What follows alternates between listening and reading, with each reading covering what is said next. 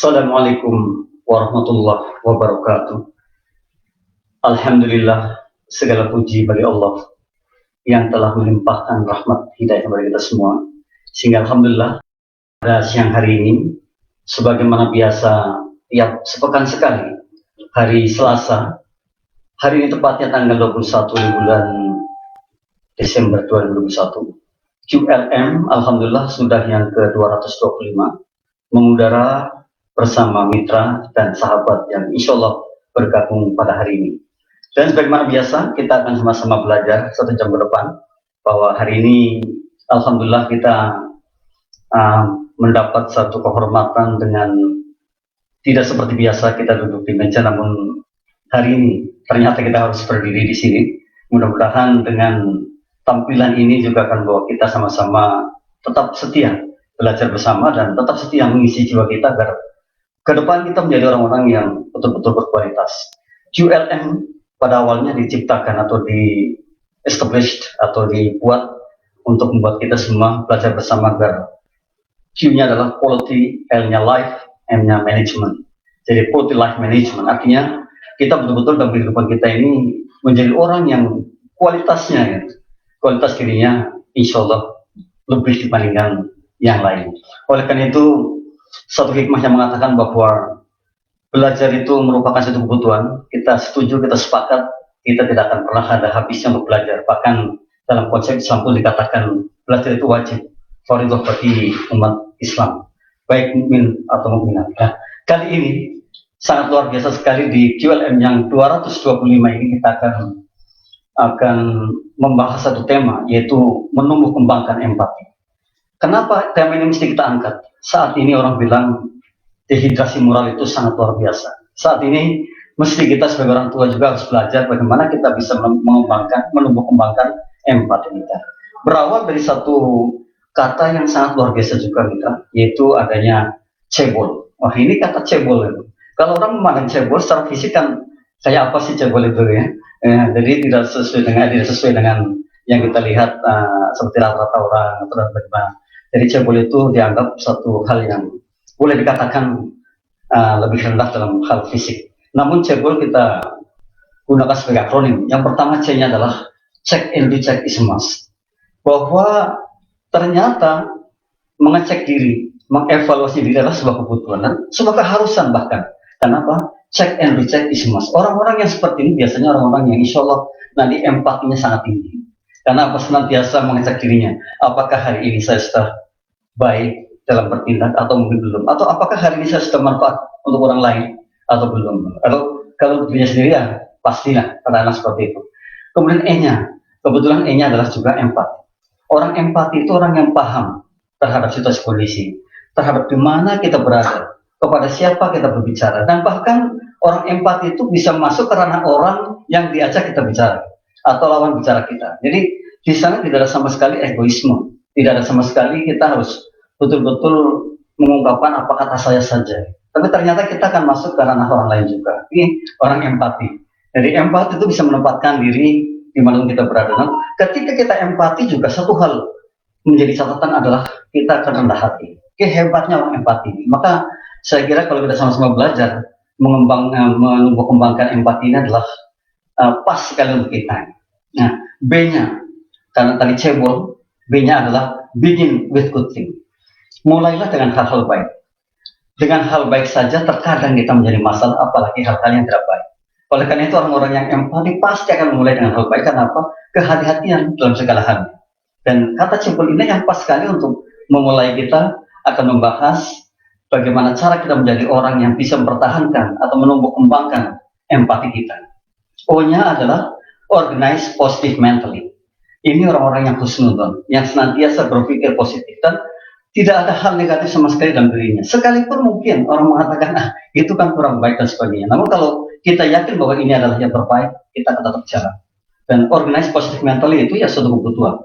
Kita menjadi orang yang terus dan terus menerus yang berhusnuzon dan jauh lagi dari suudzon dan jauh dari hal-hal yang pikir negatif. Karena apa? Sungguh kalau kita ini terus berpikir positif, kita akan sangat cerdas sekali. Nah, L-nya adalah longgar artinya, atau orang yang berhati legowo, orang yang rendah hati saya katakan. Jadi cebol itu luar biasa kalau diaknimkan dari L-nya adalah orang yang rendah hati atau legowo. Orang-orang yang legowo itu orang-orang yang bisa memahami keadaan, situasi, kondisi, apapun situasinya dan bagaimanapun situasinya. Ini hal penting bagi kita kan dalam kehidupan kita yang sungguh kalau di kota besar kan orang mengatakan banyak sekali persaingan yang sangat ketat dan sebagainya. Tapi kalau kita terus menjadi orang-orang yang empatinya tinggi, maka akan menjadi orang yang paling bahagia di dunia ini. Nah, hari ini kita akan belajar dengan 9M, nanti kita akan betul-betul belajar bagaimana cara kita menjadi orang yang bisa menumbuh kembangkan empati kita.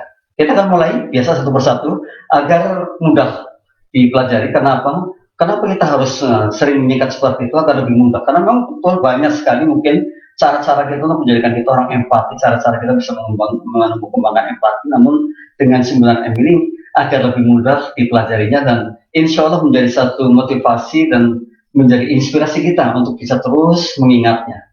Kita lihat M yang pertama. Nah, Anda akan melihat juga dari layar. Ternyata untuk menjadi orang empati, orang yang mampu menumbuh kembangkan empati adalah ketika yang pertama sekali mengenali perasaan diri. Nah, ini yang luar biasa. Jadi betul di sini ada istilah ngaji diri. Jadi bagaimana keadaan saya, bahagia saya, senang saya, sedih saya, mungkin tidak suka saya dan lain-lain. Segalanya yang datang dari diri saya pahami betul.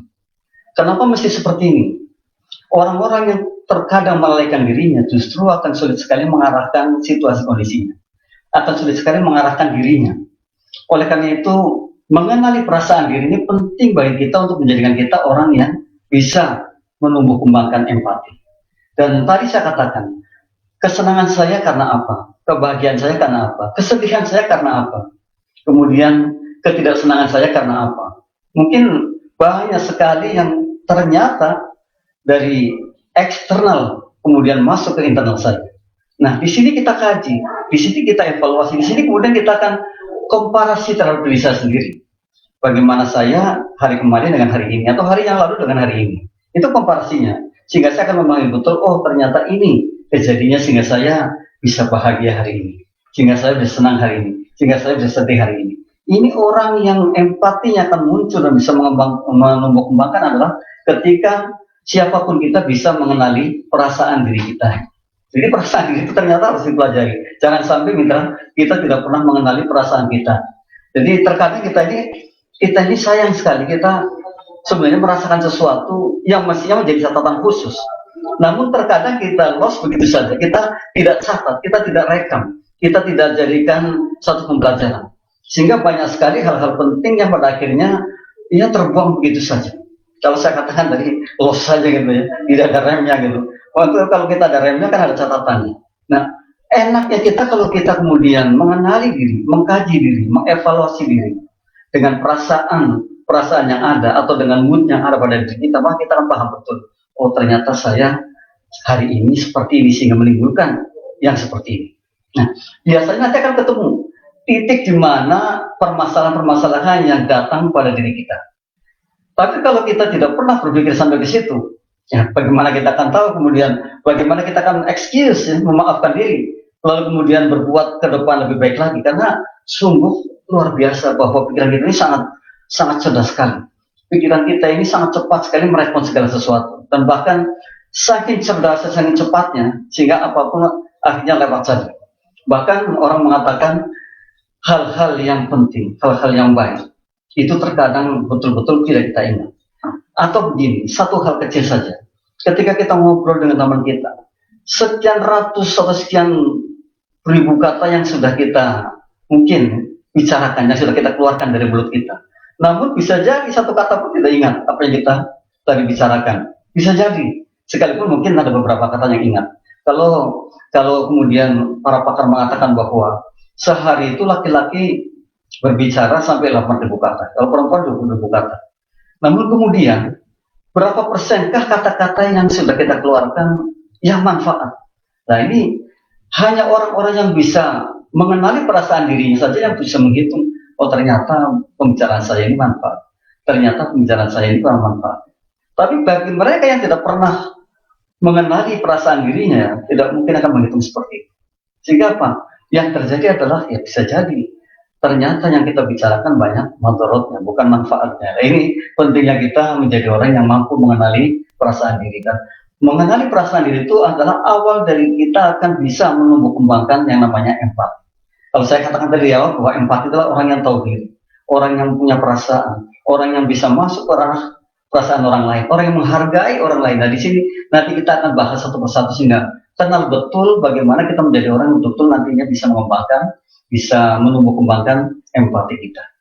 Yang kedua, setelah kita mengenai yang satu, yang kedua adalah betul merenung atau kontemplasi atau tafakur.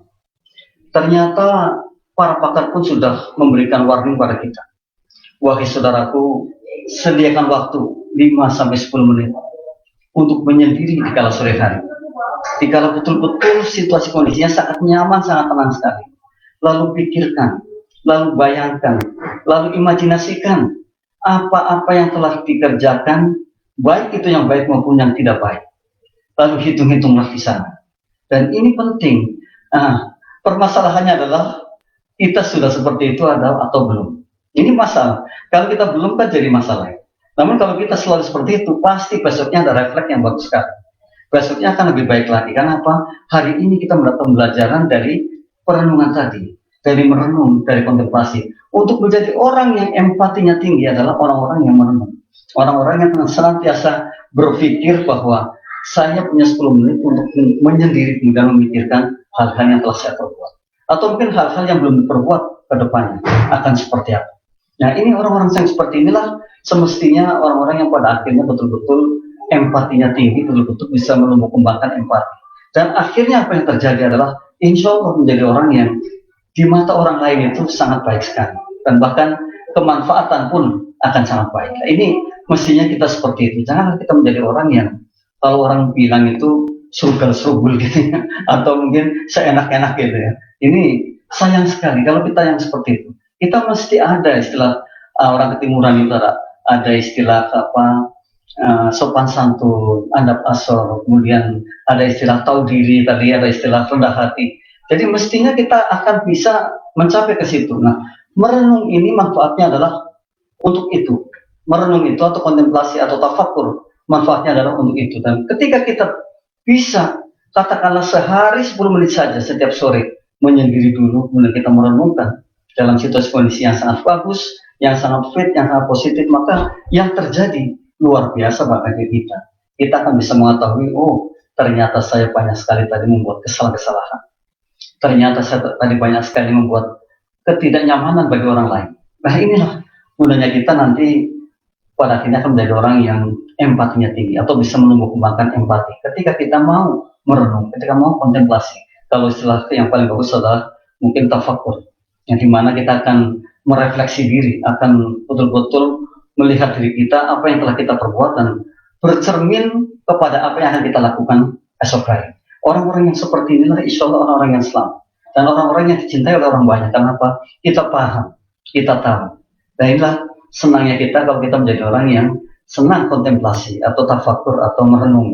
Jadi pertanyaannya sekarang adalah, sudahkah mitra seperti itu? Ataukah sahabat kita, sahabat yang baik, yang hari ini bergabung, yang biasanya dari Dinas Sosial DKI Jakarta ikut bergabung juga, kami sampaikan salam takdim kami, salam hormat kami kepada sahabat-sahabat kami dari mungkin sahabat guru Indonesia SKSI yang kami juga postingkan iklannya dari kemarin, kemudian sahabat Facebook juga, sahabat yang lain dari Telegram atau dari WhatsApp atau dari Instagramnya, mudah-mudahan mengikuti juga, karena sungguh banyak sekali kritik saran-saran yang masuk ke kita, dan ternyata yang kita lihat adalah kebutuhan mereka akan hal tersebut. Jadi kita ini butuh yang seperti ini, karena apa? Saling mengingatkan kebaikan dan saling mengingatkan keburukan. Dan kita paham bahwa hal dua tadi adalah perintah Allah Subhanahu wa Ta'ala, mengingatkan kebaikan dan kesabaran. Nah, ini pentingnya kita merenung atau kontemplasi atau tafakur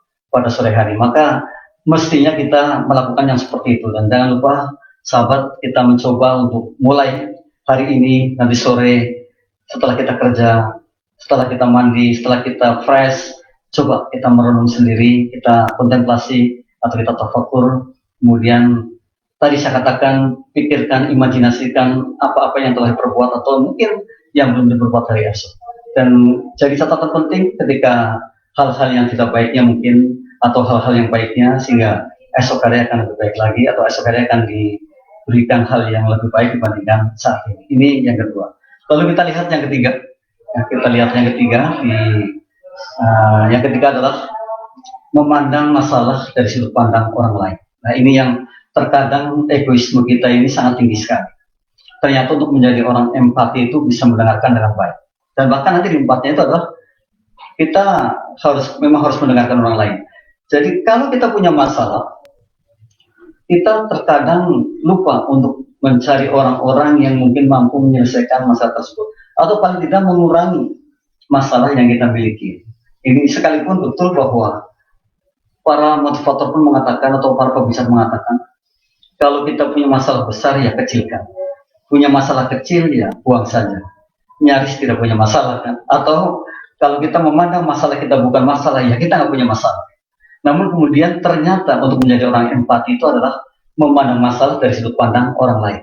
Artinya ketika ada pendapat-pendapat orang lain tentang penyelesaian masalah yang kita miliki, kita akan terima yang seperti itu. Kita akan bisa mengatakan, oke lah, ini sepertinya menjadi solusi terbaik kita.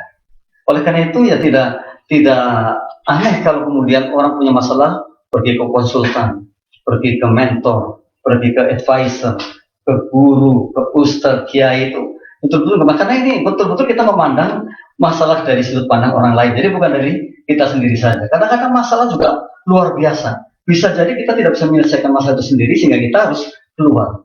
Dan ternyata untuk menjadi orang empati, untuk menjadi orang bisa menumbuh kembangkan empati itu ya mesti harus betul-betul melihat sisi-sisi di mana orang lain dibutuhkan oleh kita. Tentu dalam catatan kita adalah orang-orang yang baik, orang-orang yang betul-betul memiliki keahlian yang barangkali saja pandangan kita adalah orang yang pantas untuk menyelesaikan masalah yang kita hadapi. Memandang masalah dari sudut pandang orang lain jadikan satu pembelajaran penting bagi kita juga. Jadi kalau kita ada masalah kemudian ngobrol, kemudian kita menemukan satu katakanlah solusi baik, maka terimalah itu. Sekalipun terkadang kita egois bahwa nggak bisa, yang punya masalah kan saya, yang paling tahu kan saya. Namun ada baiknya karena tidak semua apa yang kita pikirkan menjadi satu solusi terbaik kita. Bisa jadi justru dari orang lain itu adalah bisa jadi yang terbaik. Nah, inilah pentingnya untuk menjadi orang yang paham, untuk menjadi orang yang bisa menerima, untuk menjadi orang yang pada akhirnya terbuka dengan apa pandangan-pandangan orang lain, dan kita ternyata memandang masalah dari sudut pandang orang lain. Ini yang ketiga, jika kita ingin betul-betul bisa menumbuh kembangkan empati kita atau ingin memiliki empati yang tinggi, ternyata ya harus seperti itu. Jadi tidak lagi ada egois, tidak ada lagi kata-kata bahwa saya harus saya, anda. Sekalipun betul ada satu hikmah yang mengatakan ya I am what I am, you are what you are. Tapi dalam hal apa kita mesti bisa seperti itu, karena kita ini dalam kehidupan kita kan makhluk sosial yang berinteraksi dengan yang lain. Dan tentunya tadi terus ada istilah lagi yang sangat bagus sekali, di atas langit masih ada langit. Dan tentunya kita berpikirnya ke sana. Jadi tidak menjadi orang yang kerdil dalam berpikir dan ego yang tinggi dan kemudian berkutat pada pendapat sendiri aja. Karena kita memerlukan tadi yang saya katakan ada mentornya, ada advisernya, ada guru, ada ustadz, ada kiai, dan semua orang yang kira-kira kita anggap bisa membantu menyelesaikan masalah kita. Maka tidak ada salahnya kita akan memandang masalah kita dari sudut pandang orang lain. Kita lihat lagi yang keempat. Wow. Jadi ini yang keempat, menjadi pendengar yang baik, yang tadi saya katakan. Jadi ternyata mitra, kita harus berlatih menjadi pendengar yang baik. Dalam berbicara, seringkali kita ini menguasai pembicaraan. Seringkali kita ini yang paling di depan. Gitu. Bahkan bisa jadi kata-kata orang lain itu tidak didengar oleh kita. Padahal apa? Orang luar biasa adalah orang yang menganggap siapapun yang ada di hadapannya orang istimewa. Jadi menjadi pendengar yang baik itu hal yang baik sekali. Dan bahkan ada kata-kata lagi yang sangat luar biasa. Allah ciptakan 2 telinga dan 1 mulut, itu artinya kita harus banyak mendengar dibandingkan bicara kita. Saya sepakat dengan hal tersebut. Menjadi pendengar itu ternyata luar biasa dan hasilnya juga sangat banyak sekali kalau kita mendengarkan. Namun terkadang sangat sulit sekali untuk menjadi pendengar yang baik. Oleh karena itu mesti dilatih dan dilatih. Kita harus menjadi pendengar yang baik. Kita harus menjadi orang yang betul-betul memahami bahwa kita perlu masukan-masukan dari orang lain. Kita perlu bahwa tidak semua apa yang kita miliki ini ternyata akan menjadikan kita hebat 100%.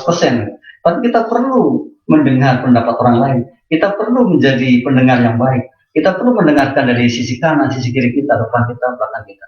Jadi saya katakan sekali lagi bahwa Allah ciptakan dua telinga kita, satu mulut kita harus banyak mendengar dibandingkan harus banyak bicara. Saya yakin sekali ketika kita menjadi orang yang atau menjadi pendengar yang baik, maka lawan bicara pun akan sangat menghargai kita, akan sangat menghormati kita. Karena apa?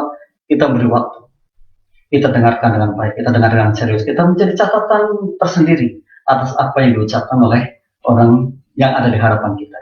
Dan tadi saya katakan sekali lagi, anggap orang luar biasa siapapun yang ada di hadapan kita.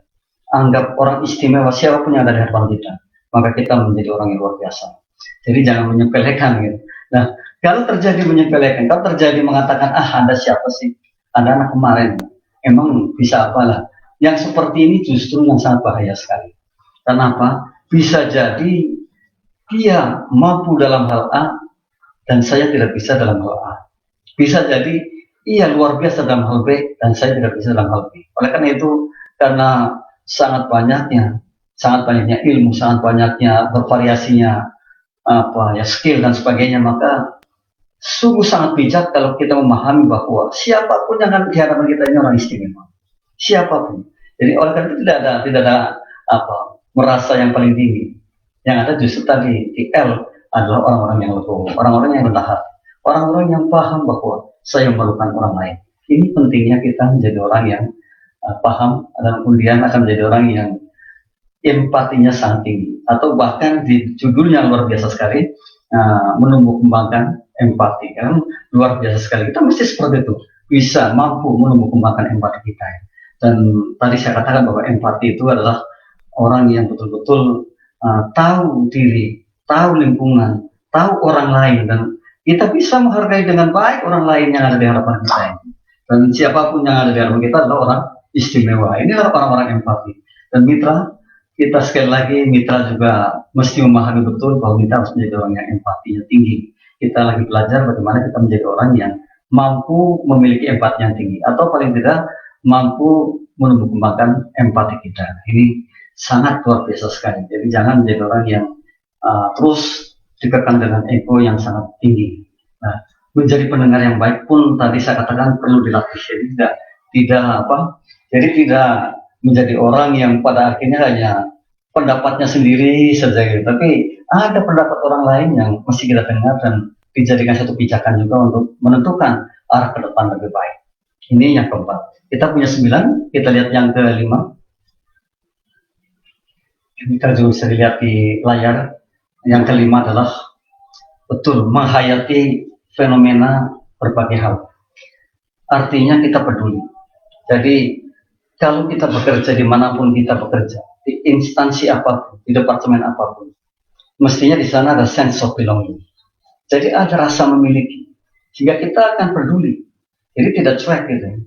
Menghayati fenomena berbagai hal itu artinya ketika ada kejadian-kejadian, sekecil apapun kejadiannya, jadi catatan. Maka ketika itu yang terjadi, wow, kita bisa melihat betapa luar biasanya hari ini yang kita dapatkan, yang kita temukan, yang kemudian akan kita perbaiki di hari esoknya. Menghayati fenomena berbagai hal ini sama halnya kita belajar. Maka selaras dengan ucapan, dengan statement yang dibuat oleh Ki Haji Dewangga, di mana kita berada, jadikan sekolah kita di situ. Di mana kita berada, di suatu tempat, maka jadikanlah tempat itu sekolah kita atau madrasah kita. Betul sekali, sangat sepakat sekali dengan statement yang luar biasa ini. Jadi kalau kita berada di mana, maka mesti kita tadi hubungannya dengan menghayati fenomena berbagai hal. Apapun yang terjadi di situ menjadi catatan penting. Kalau saat ini sih sudah sangat mudah sekali kita dengan Android kita sudah bisa mencatat hal-hal penting. Kalau dulu mungkin orang-orang yang baik Islam membawa kertas, pulpennya. Kalau sekarang sudah langsung direkam juga bisa, atau dicatat tulis juga bisa. Jadi bukan lagi hal sulit untuk bisa mencatat hal penting. Nah, menghayati fenomena berbagai hal itu, kita akan sangat peduli dengan lingkungan kita. Karena kita akan tahu bahwa, oh kejadiannya seperti ini.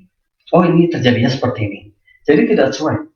Kalau kita cuek, nanti semesta tidak mendukung.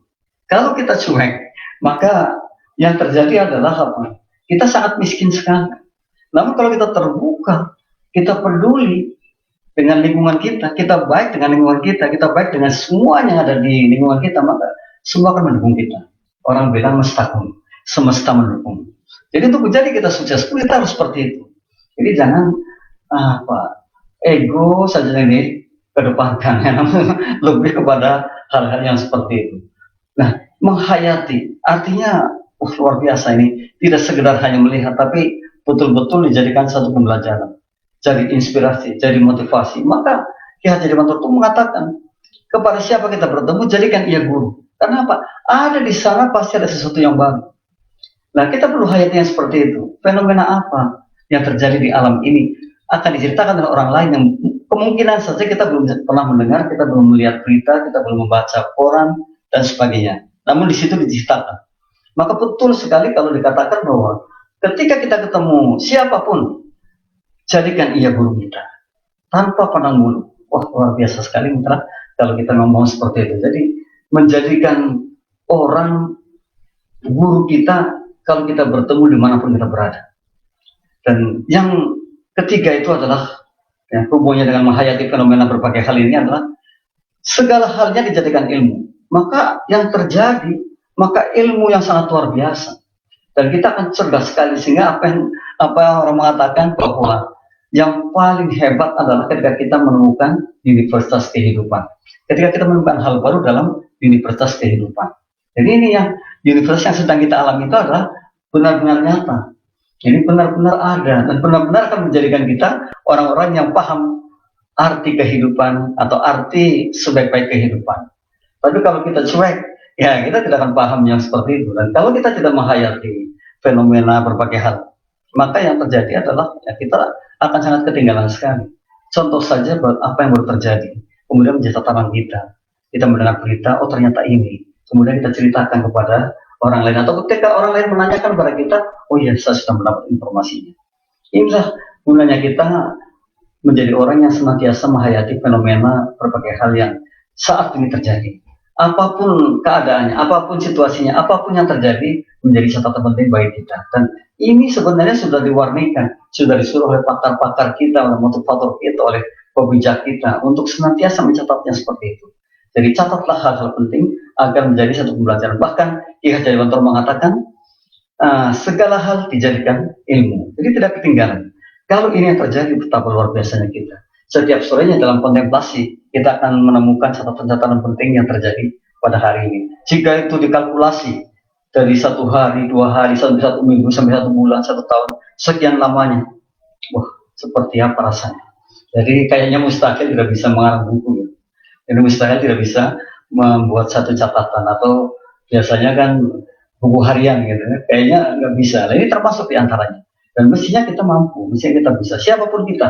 Dan kita bisa yang seperti itu. Bahkan saya baru kali ini atau baru-baru ini membaca, mohon maaf, seorang penjual diri yang menuliskan bukunya yang ternyata laris manis luar biasa. Selama sekian puluh tahun menjadi prostitut ya, atau menjadi orang yang kalau di sini sebutannya adalah kupu-kupu malam. Kemudian menuliskan buku tentang hal-hal yang terjadi pada waktu ya beliau itu menjalani bisnis yang seperti itu. Namun ternyata buku itu menjadi inspirasi yang luar biasa. Dan di dalamnya kemungkinan terdapat banyak sekali hal-hal yang penting yang perlu orang mengetahui. Nah, ini adalah salah satu hal. Nah, ini si penulis ini sangat betul-betul orang yang empati pada akhirnya. Kenapa? Dia menuliskan hal-hal yang terjadi pada dirinya. Kemudian dijadikan satu buku dan kemudian orang lain membacanya. Nah, ini betul-betul menjadi jejak peninggalan. Nah, ini mestinya kita seperti itu. Kita hari ini, ayo kita mulai agar ada jejak peninggalan kita. Minimal jejak digital ya, yang sangat mudah saat ini kita temui karena semua sudah menggunakan digital. Jangan sampai kita ini menjadi orang yang tidak meninggalkan jejak digitalnya. Nah, dengan mungkin YouTube-nya, dengan tulisan-tulisannya, dengan ya petua-petua yang kemudian kita postingkan ke Facebook-nya, ke grup WhatsApp-nya, ke Telegram-nya, ke Instagram-nya, atau ke yang lain. Banyak sekali saat ini media-media yang bisa kita gunakan. Dan itulah hal penting yang mesti saat ini kita ikuti dan kita adaptasi. Karena orang-orang yang eksis itu kan orang-orang yang senantiasa beradaptasi. Kalau kita nggak beradaptasi, ya kita habis dan kita hilang. Dan kalau kita kemudian hilang dan ketinggalan, kan tidak ada jejaknya. Nah, yang adalah kerugian yang sangat menganga bagi kita ya. Saat ini kita mestinya adalah melihat keuntungan-keuntungan yang ada di hadapan kita. Kesempatan itu banyak sekali, tinggal bagaimana kita mengambilnya. Kalau kita mau mengambilnya, maka itulah kesempatan yang luar biasa. Kita lihat yang keenam, ya yang keenam. Ya, yang keenam, untuk menjadikan kita orang yang mampu menumbuh kembangkan empati adalah mampu mengelola emosi dengan baik. Maka ada kata bijak yang luar biasa. Menjadi penguasa sengsara. Penguasa itu ya dari RT, RW, lurah, camat, terus sampai presiden. Itu penguasa. Menjadi penguasa itu sengsara. Menjadi pengkhutbah juga sengsara. Siapa pengkhutbah? Ya mungkin Ustadz, Kiai, Pastor, apalagi itu ya, yang ada di biksu dan sebagainya. Ternyata sengsara. Menjadi orang kaya sama sengsara juga. Menjadi orang miskin juga sengsara. Lalu pertanyaan, siapakah sih yang tidak sengsara? Hanya orang-orang yang mampu mengendalikan hawa nafsunya. Hanya orang-orang yang mampu memanage hatinya, yang mampu mengontrol emosinya. Ini sebenarnya bahwa mampu mengelola emosi itu menjadi satu hal baik bagi kita. Mampu mengelola emosi dengan baik. Kita butuh emosi, tapi emosi yang positif, bukan emosi yang negatif. Sayangnya memang kita didominasi oleh emosi negatif kita, sehingga apa-apa yang terjadinya justru negatif. Nah, ini yang semestinya kita anulir yang seperti itu. Kita mencoba memulai untuk mengumpulkan emosi positif kita. Kita kembangkan emosi positif kita.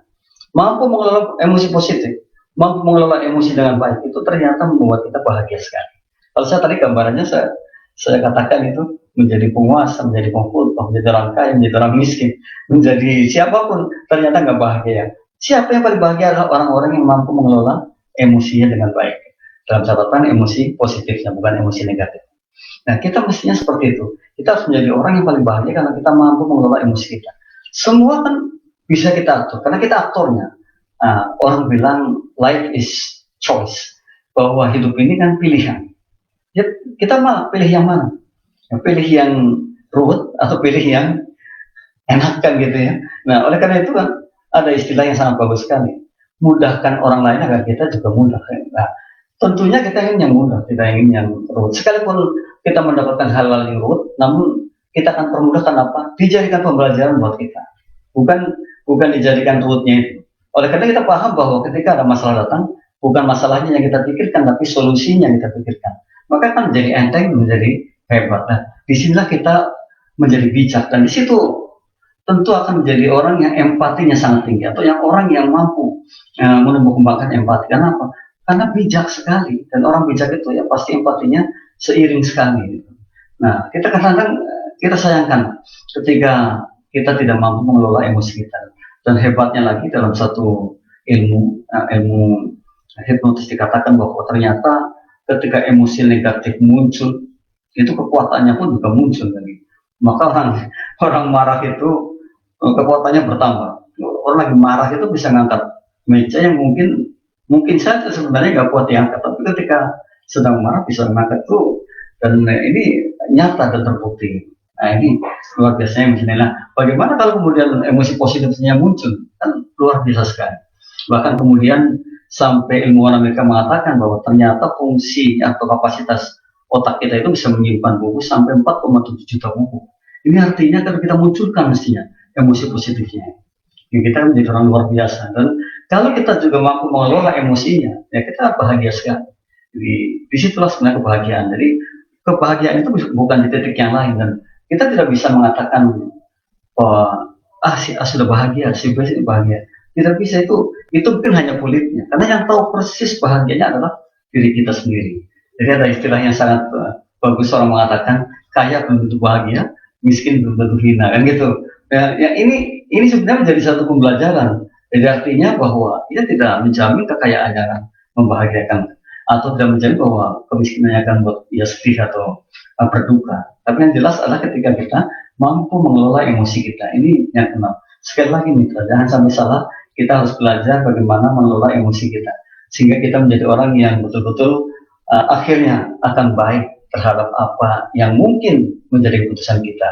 Kita tidak boleh tergesa-gesa dalam satu hal, kemudian kita berpikir panjang karena kita mampu mengelola emosi kita. Dan satu hal lagi, satu perenungan yang sangat luar biasa, jangan pernah memutuskan sesuatu ketika kita dalam keadaan marah. Jadi jangan pernah memutuskan sesuatu ketika kita dalam keadaan marah, karena di sana terkumpul energi negatif. Ya. Dan sekali lagi saya katakan, jangan memutuskan sesuatu dalam keadaan marah. Ini kenapa? Hasilnya tidak akan pernah baik. Maka ketika kita memutuskan sesuatu ya dalam keadaan yang mungkin emosi positifnya sangat dominan atau sangat banyak. Nah ini akan lebih bagus, akan lebih jernih, dan hasilnya pun akan lebih terlihat. Nah kita lihat juga yang ketujuh. Oke. Mau berkorban untuk orang lain. Nah ini dalam PPK yang dicanangkan pemerintah kita untuk para pelajar, kita juga paham betul PPK itu adalah penguatan pendidikan karakter. Di antaranya adalah religius, nasionalis, gotong royong. Gotong royong ini salah satu budaya yang sangat melekat dengan bangsa kita Indonesia. Dimanapun orang kita kayaknya sudah senang sekali dengan bergotong royong. Artinya ketika kita mau berkorban untuk orang lain, kita punya empati yang sangat tinggi. Dan di sini salah satunya, kalau kita sudah mau bergotong royong seperti itu, mau berkorban untuk orang lain, berarti ya kita sudah membangun empati yang sangat bagus untuk diri kita sendiri. Jadi salah satu menjadikan orang yang mampu menumbuh kembangkan empati adalah ketika kita mau berkorban untuk orang lain. Jadi mestinya seperti itu. Jadi janganlah kita pelit-pelit tenaga ketika ada orang yang membutuhkan tenaga kita. Janganlah pelit-pelit ilmu ketika ada orang yang membutuhkan ilmu kita. Kalau hitungannya terus rupiah dan rupiah terus, lalu kapan kita akan menjadi orang yang bisa beramal selain rupiah? Sekalipun betul rupiah kita butuhkan, namun harus ada keseimbangan di situ. Bukankah kita juga butuh yang lainnya? Bisa rupiah kan gitu. Sekalipun rupiah kita perlukan, namun di sisi lainnya kita harus mau berkorban untuk orang lain. Mungkin bukan saja rupiahnya, namun mungkin pengetahuannya. Mungkin juga mendorong orang tersebut menjadi orang yang optimisnya tinggi.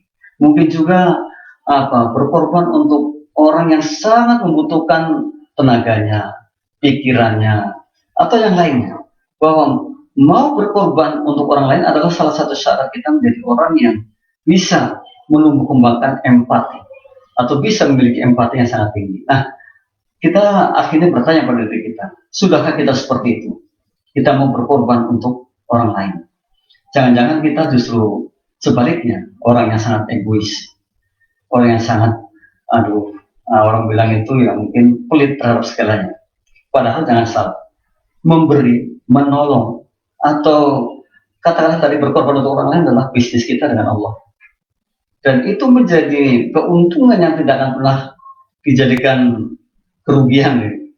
Jadi nggak pernah, karena keuntungan itu akan tercatat terus menjadi amal baik kita. Jadi kalau kita memberi itu sebuah keuntungan yang sangat. Jangan salah kalau kemudian orang berkata bahwa ngapain aku memberi, ini kan kerja keras saya, dia enak aja. Nah ini yang terkadang ternyata mohon maaf kita kok sampai ke situ cara berpikirnya. Ketika kita memberi, katakanlah hanya memberi makan kepada kucing saja, ini artinya bahwa kita sedang menanamkan kebaikan, dan apa yang kita berikan itu adalah bisnis kita terhadap Allah, Sang Penciptanya. Jadi kalau kita sudah berpikir seperti itu, yakin empatinya sudah tinggi sekali.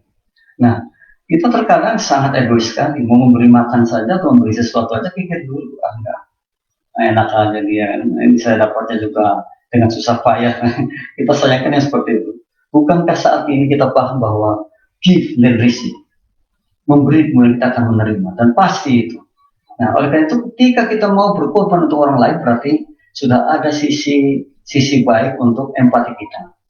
Tadi saya katakan bahwa di penguatan karakter itu diantaranya adalah bergotong royong itu. Terus ada mandiri dan kemudian ada integritas. Nah, orang yang mampu bergotong royong, orang yang menolong orang lain, itu akan dikenang oleh orang lain. Sesungguhnya bahwa apa yang akan dikenang oleh yang lainnya, itu adalah ketika kita mau berkorban untuk orang lain. Jadi, hanya perbuatan-perbuatan baik saja yang jadi kenangan. Jadi, kalau kita mungkin meninggalkan dunia lebih dahulu, itu yang dikenang adalah perbuatan baik kita, bukan hal-hal lainnya. Bukan hartanya, bukan titelnya yang sederet di belakang namanya, namun perbuatan baiknya. Dan ini adalah salah satu. Ternyata orang-orang yang empati adalah orang-orang yang mau berbuat baik, mau berkorban untuk orang lain. Yuk kita mulai mencoba untuk pokoknya ikhlas saja berbuat untuk orang lain, dan katakan alhamdulillah ketika kita sedang menolong orang lain. Karena itu sungguh bahwa kita sedang berbisnis dengan yang kuasa. Jadi kalau kita mau berkorban untuk orang lain, jangan pernah berhitung-hitung, karena sesungguhnya ini kesempatan baik kita bisa berbisnis dengan Allahnya. Ini kesempatan baik kita bahwa saya bisa memberi. Ini kesempatan baik kita bahwa kita bisa berbagi dengan orang lain. Nah, ini mau berkorban untuk orang lain. Jangan sampai kita tidak mau berkorban. Hitung-hitunglah setiap harinya berapa yang sudah kita berikan pada orang lain. Ini menjadi catatan penting bagi kita agar kita besok memberinya lebih banyak lagi dan lebih banyak lagi. Yang ke-8. Yang ke-8. Ya, mendukung kesuksesan orang lain. Wah, luar biasa juga kalau kita mampu mendukung orang lain. Bahwa sukses diantaranya adalah ketika kita bisa mendukung suksesnya orang lain. Jadi kalau sukses itu bukan hanya untuk sendiri, tapi sukses adalah ketika kita bisa mendukung orang lain. Sukses adalah ketika kita bisa membawa orang lain bisa sukses juga. Itu yang sukses. Sukses adalah ketika kita terus bergerak dari satu titik ke titik yang lain. Itu adalah juga sukses. Sayangnya terkadang orang hanya memahami sukses itu ketika saya sudah punya segalanya, ketika Anda sudah punya segalanya, ketika orang mengatakan, oh dia mau udah sukses, buktinya udah punya ini, punya itu, punya. Sebenarnya bukan itu. Sukses adalah ketika kita terus bergerak dari satu titik ke titik yang lain. Kita bisa mendorong orang lain juga sukses. Kita bisa membantu orang lain sebesar-besarnya. Kita bisa bergerak bersama-sama. Ini adalah kesuksesan.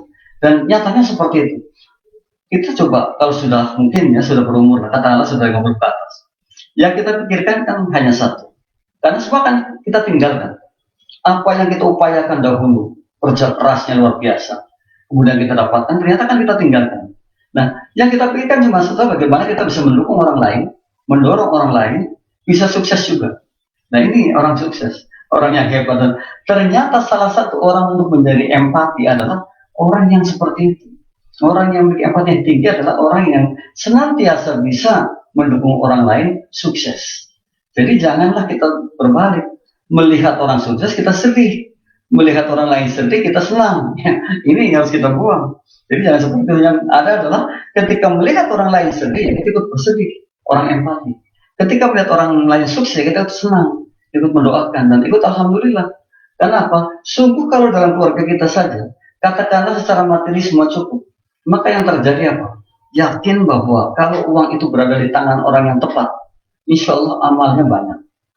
Insya Allah akan sejahtera bersama, dan insya Allah akan menjadi contoh bagi yang lain karena kita suka memberi. Ya, kita doakan semua mudah-mudahan memiliki rezeki yang lebih dan kemudian bisa mengamalkannya dengan katakanlah sebanyak-banyaknya. Karena kalau kata orang bijak mengatakan kalau kita punya uang, kita bukan hanya jadi makmum musola itu, tapi kalau bocor kita bisa benerin. Kita tidak hanya datang ke satu majelis taklim di suatu sekolahan. Kalau kita punya uang, kalau sekolahnya bocor ya kita bisa benerin. Nah, ini mestinya seperti itu berpikirnya. Tapi saya yakin sekali kalau harta berada di tangan orang yang tepat, insya Allah akan tepat pemanfaatannya dan akan sangat manfaat sekali bagi kita semua. Nah, mendukung kesuksesan orang lain ini terkadang menjadi hal yang atau momok bagi kita, atau bahkan akan dalam hati kan mengatakan, nanti dia lebih tinggi dari saya, nanti dia akan menghina-hina saya. Wah, itu yang terjadi, padahal tidak sama sekali. Bahkan jangan salah satu sahabat Rasul, sahabat Ali, menangis ketika saat ini, hari ini belum bisa memberikan apa-apa pada orang lain. Ini mestinya kita tiru. Sahabat tadi satu kita juga menangis. Ditanya kenapa Ali menangis? Saya menangis kalau hari ini belum ada orang yang memaki-maki saya. Ini sebenarnya. Ya kan dimaki-maki, karena maki itu sebenarnya sedang diangkat derajatnya sebenarnya itu. Terkadang kita nggak paham yang ke situ. Jadi sahabat tadi juga menangis. Kenapa? Kau menangis Ali? Saya menangis karena belum ada tamu yang datang pada diri saya. Sementara bagaimana? Orang kita ini kan, ketiga-tiganya kayaknya menjadi satu hal yang berat untuk kita lakukan, untuk kita tiru. Padahal mestinya seperti itu. Ada tamu saja karena sepertinya, aduh saya mau istirahat nih. Saya kan tiap hari sibuk. Atau bahkan mungkin nggak mau ya. Anaknya suruh bohong. Mana ayah? Kayaknya sedang tidur. Padahal sedang nonton TV.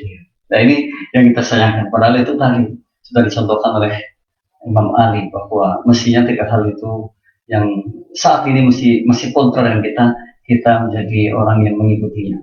Jadi menangis kalau belum ada orang yang memaki-maki, menangis kalau belum bisa memberikan sesuatu, menangis satu lagi kalau belum ada tamu yang datang. Kalau kita ikut itu luar biasa sekali, kita jadi orang yang insya Allah betul-betul empatinya sangat tinggi, dan orang-orang yang memiliki empati tinggi, orang-orang yang bisa menumbuh kembangkan empati itu orang-orang yang disukai oleh orang lain.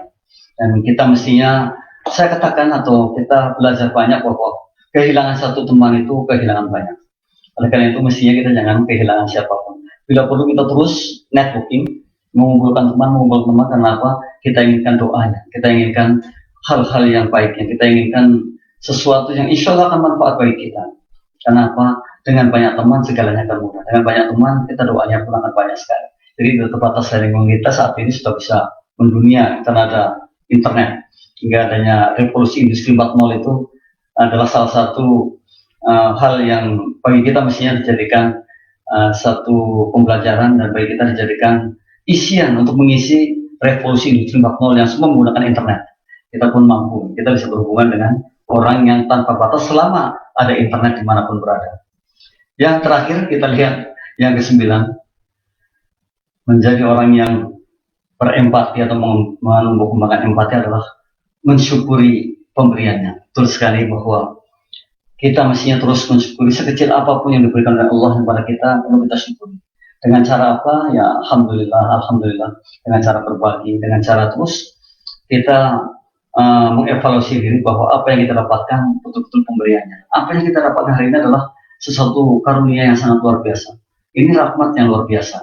Jadi kalau ada istilah, kalau hari ini kita berhasil, maka ini adalah rahmat dari Allah.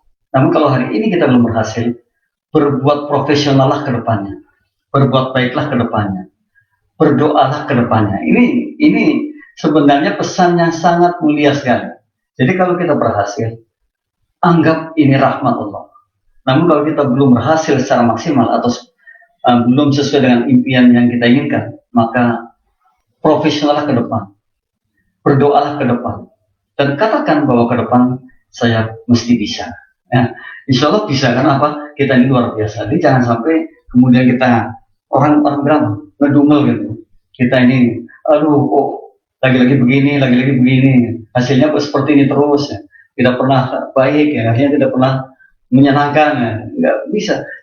Kan kita juga paham bahwa rezeki itu kan tidak semata-mata berupa materi. Kita bertemu belajar bersama seperti ini pun sudah rezeki yang luar biasa. Kita bersalaman dengan teman kita di jalan, itu rezeki. Kita mendengarkan orang berbicara baik pada kita, itu rezeki. Kita didoakan, itu rezeki. Kita hanya smile dengan orang lain dan dibalas, itu rezeki. Kita sehat, itu rezeki. Jadi tidak semata-mata hanya uang. Jadi jangan menghitung bahwa rezeki itu hanya uang saja. Banyak sekali rezeki yang tidak bisa kita hitung, yang kita dapatkan. Dan inilah karunia yang sangat luar biasa. Makanya mesti disyukuri, makanya mesti dinikmati. Jadi mensyukuri yang ke-9 ini adalah hal yang betul-betul dijadikan satu inspirasi kita, motivasi kita agar kita menjadi orang yang empatinya tinggi. Mensyukuri segala hal, dari sekecil apapun hasil dari kerja keras kita itu disyukuri. Dengan mengucapkan hamdalah saja sudah bersyukur. Lalu berpasrah pada Allahnya. Mestinya memang seperti itu, perintahnya seperti itu. Jadi kalau Allah sudah menentukan, Allah sudah memberikan satu keputusan untuk kita, mestinya ya kita larinya itu pada Allah, gitu. Jadi jangan kemana-mana gitu. Dan di sana kita juga bertasbih, gitu, beristighfar, mohon ampun, dan Allah adalah penerima ampunan kita.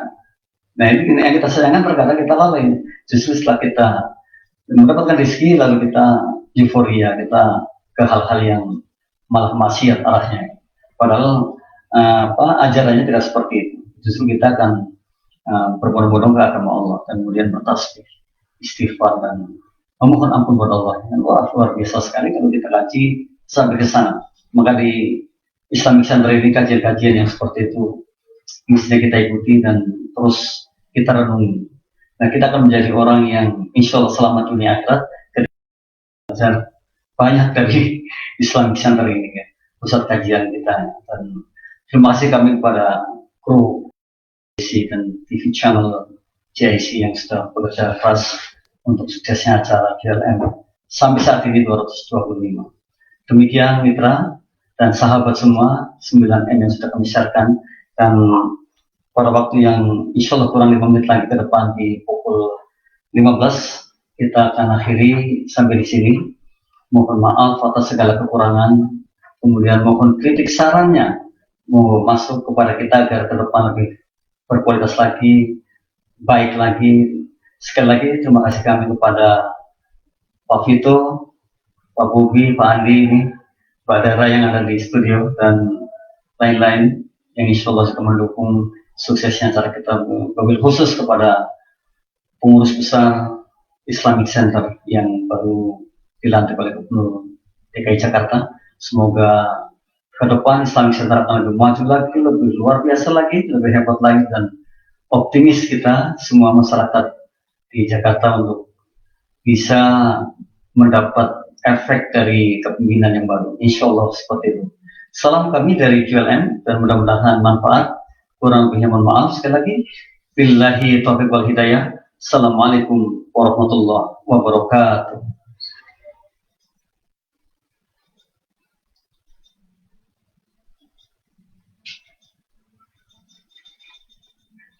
Yes, mantap ya.